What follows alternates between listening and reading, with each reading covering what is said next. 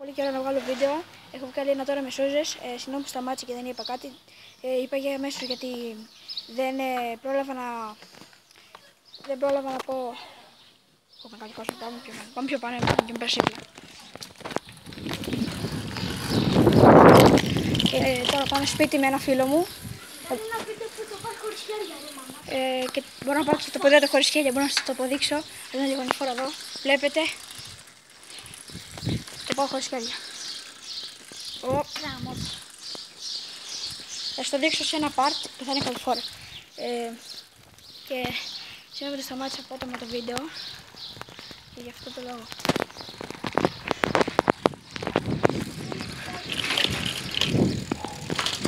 Και σταμάτησα το βίντεο απότομα.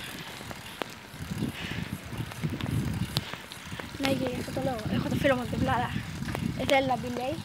Και λοιπόν, πείτε αν κάνετε like και εγγραφή αν σας άρεσε η Σούζα και αυτό το βίντεο. Bye!